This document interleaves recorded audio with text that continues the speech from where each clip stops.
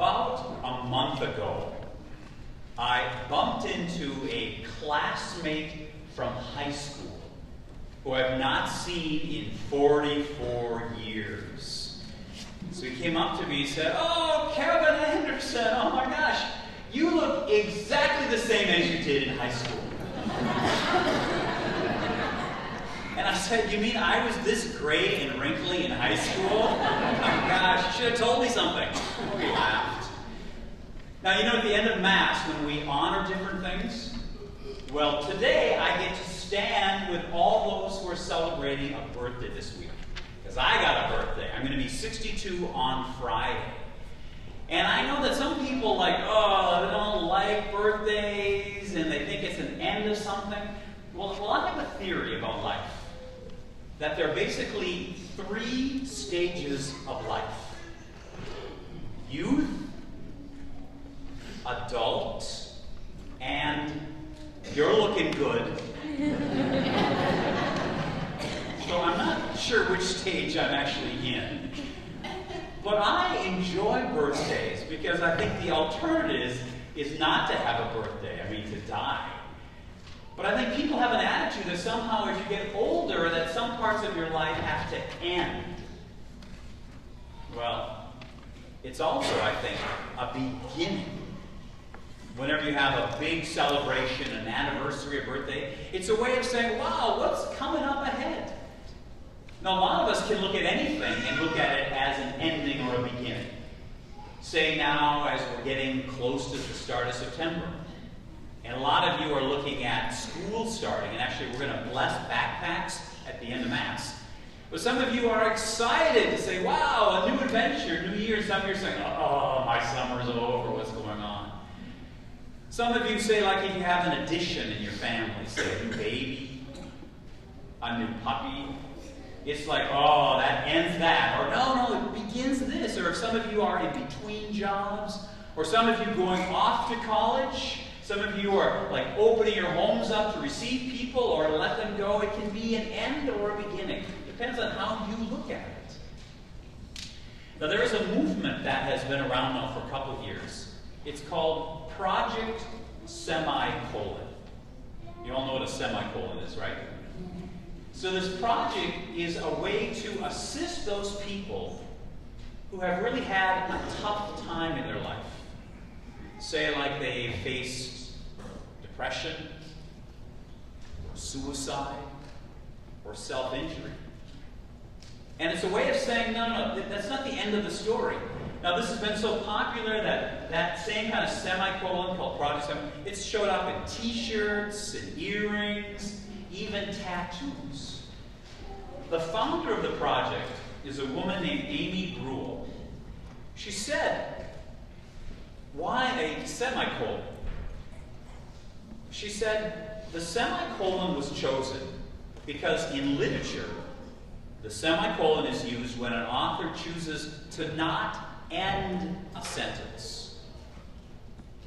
You are the author, and the sentence is your life. You are choosing to continue.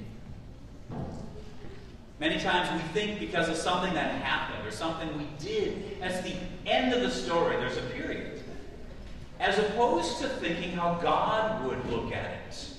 That it keeps evolving, keeps moving. For example, like in that second reading we heard. Now that's an odd reading. It's from Ephesians, and again, we don't know the author, but it's probably one of Paul's followers. And at the time, the author was writing to people who lived in this town, which is in Turkey. And at the time, they had the Roman influence and the Greek influence to think that husbands and wives are not equal. But the husband, in a sense, owns the wife. Just like a husband would own cattle or a dog or a house and owns the wife. And so even though it sounds like the author is just talking to husbands, what he's really trying to do is to kind of create more of an equality. To say, hey guys, you can't be doing that anymore. Now that you're Christian, you can't be having those same kind of values. You have to evolve on what you think of your spouses. Not as property, but as equals. So even though it sounds like he's just talking to husbands, he's really trying to progress everyone's thought to say, we've got to move on with what's going on. Now, when you think about it, in our faith, we have always been evolving what we think. Way back when in the early church, there were people, this is like way back from the book of Acts, people from right away said, if someone's going to become a Christian, they've got to get circumcised first, just like the Jews were. These are the followers of St. Peter, and St. Peter was saying that. Well, St. Paul comes along and says, no. You got to stop thinking like that. God doesn't only come to the Jews who became Christian. God is coming for all people. They had a big fight, big argument. It's in Acts. Paul's group won out. All through our history, we have been evolving. At one time, they thought, well, the sun revolves around the earth. Another time, they thought, well, it's okay to own people, slavery, but just be good owners. And on and on and on and on. It doesn't mean that our basics change, but it means how we interpret the basics are going to change. For example, Pope Francis declared that the catechism is to be changed now, involving capital punishment. Where the Pope is saying, we can never allow it. We have to look for the sanctity of all life. Prior to that, capital punishment was accepted by the church because it was a way of self-defense. Because we think that this person might harm society, so we gotta do away with him or her. But the Pope says, that doesn't apply anymore. That was in the Middle Ages. It is not so much the Pope is changing, but the Pope is evolving what we think. This started back with the previous popes, with St. John Paul II and Pope Benedict. So Pope Francis is really saying, now with what we know from science and what we know from our criminal justice system, there's just no way we can accept that. Now, some people freak out and they say, oh my gosh, the church is falling apart. If we can change that, we can change anything. No. Our essence is still going to be the same. But how we interpret it or how we use what's going on around us has always been evolving and will continue to evolve. Now, did you pick up in the gospel reading what Jesus did? And some of the people don't like what he said.